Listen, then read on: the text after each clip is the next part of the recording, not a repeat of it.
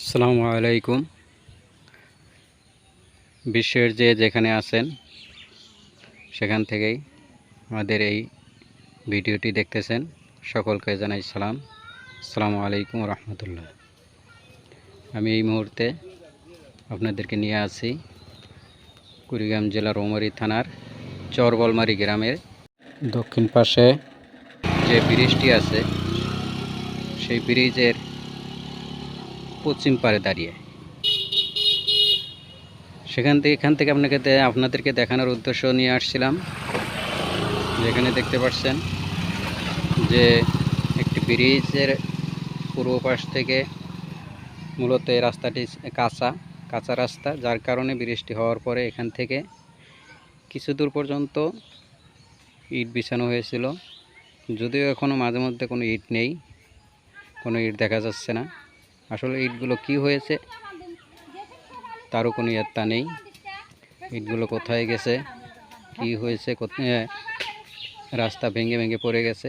আর এখান থেকে স্থানীয় আশেপাশে যারা আছে তারা নিজেদের মনে করে হয়তো বাসাবাড়িতে নিয়ে গেছে, এরকম অভিযোগ পাওয়া গেছে। দর্শক, আপনাদেরকে দেখানোর উদ্দেশ্য হলো দীর্ঘ কয়েকদিন অতিবৃষ্টির ফলে ব্রিজ থেকে ঢল নেমে এসে যে এই ব্রিজটি এক পাশ দিয়ে ভাঙন শুরু হয়েছে, সেই ভাঙনের অংশটুকু আপনাদেরকে দেখানোর উদ্দেশ্যে এখানে নিয়ে এসেছি। যে আপনারা এখানে দেখতে পাচ্ছেন যে মায়ের ইট বিছানো রাস্তায় মাঝে মধ্যে ইট নেই, ইটগুলো উধাও হয়েছে। আসলে ইটগুলো কার পেটে গেছে অনেকের অভিযোগ যে ইটগুলো এখান থেকে যে ভেঙে যাওয়ার পরে যে যেভাবে পারে সে ইটগুলো সে তার নিজের করে নিচ্ছে। সম্মানিত দর্শক, আপনাদেরকে এই মুহূর্তে যে রাস্তাটুকু দেখাচ্ছি, রাস্তাটুকু দেখতে পাচ্ছেন যেখানে ব্রিজ থেকে যে ব্রিজের ঢলগুলো নেমে এসে যে রাস্তা প্রায় অর্ধেকের মতো রাস্তা এখান থেকে চলাচলের অযোগ্য হয়ে গেছে। এবং এইভাবে যদি বৃষ্টি আর 2-1 দিন চলতে থাকে তাহলে এখানে ব্রিজের এই রাস্তার সাথে সংযোগটুকু ভেঙে সামনে নদীতে চলে যাবে। দর্শক, আমি দেখাতে চাচ্ছি এখানে যে ইটগুলো দেওয়া হয়েছিল, ইটগুলো এখানে নেই। অভিযোগ এসেছে এখানকার ইটগুলো স্থানীয় যারা আছে তা ভেঙে যাওয়ার কারণে বা এখান থেকে আগলা হয়ে যাওয়ার কারণে তারা নিজের বাড়িতে নিয়ে নিজেদের মনে করে বাড়িতে রেখে দিয়েছে বা কোনো কাজে লাগিয়েছে। সম্মানিত দর্শক, আপনারা এখানে দেখতে পাচ্ছেন যে এখানে বিশাল একটি গর্ত। এই গর্তটি হলো যে এই ব্রিজ থেকে ঢল নেমে আসার কারণে। দর্শক, আপনাদেরকে আরও আমি দেখাবো যে ইটগুলো আসলে কোথায় যাচ্ছে। কিছুক্ষণের মধ্যে আপনাদেরকে ব্রিজের উপর নিয়ে যাব। ব্রিজের উপরে নিয়ে যাওয়ার পরে দেখতে পারবেন সেখানে ভুট্টা শুকা দেওয়া হয়েছে।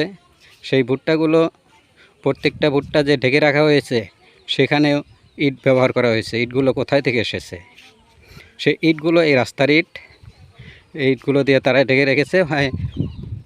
ভুট্টাগুলো নিয়ে যাওয়ার সাথে সাথে ইটগুলো তাদের বাড়িতে চলে যাবে। দর্শক, যে আমরা আপনাকে দেখাচ্ছি এই বৃষ্টিতে এখন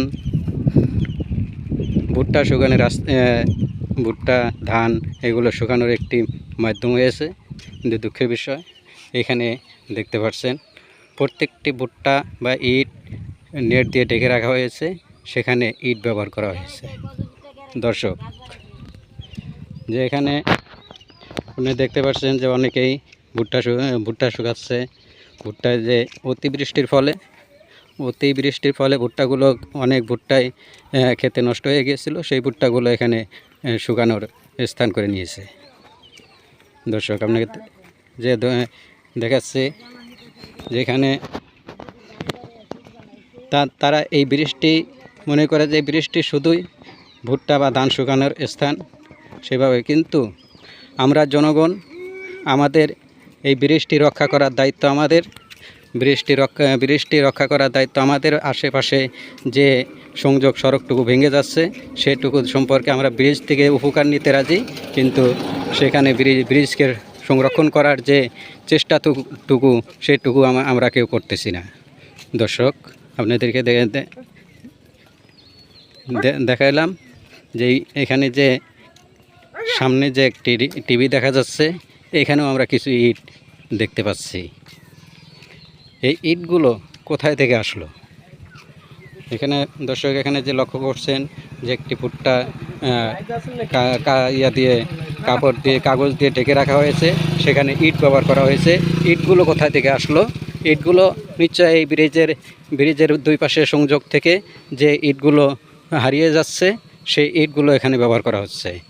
এই ইটগুলো এখানে এই যে দর্শক এখানে দেখতে পাচ্ছেন যে কিছু অংশে এখানে ইট দেখা যাচ্ছে, আবার এ পাশে দেখেন কিছু অংশে ইট নেই। ইটগুলো আসলে কোথায় যাচ্ছে সেগুলো আপনাদের কাছে প্রশ্ন রেখে আমি এই ভিডিও থেকে বিদায় নিচ্ছি। আসসালামু আলাইকুম ওয়া রাহমাতুল্লাহ।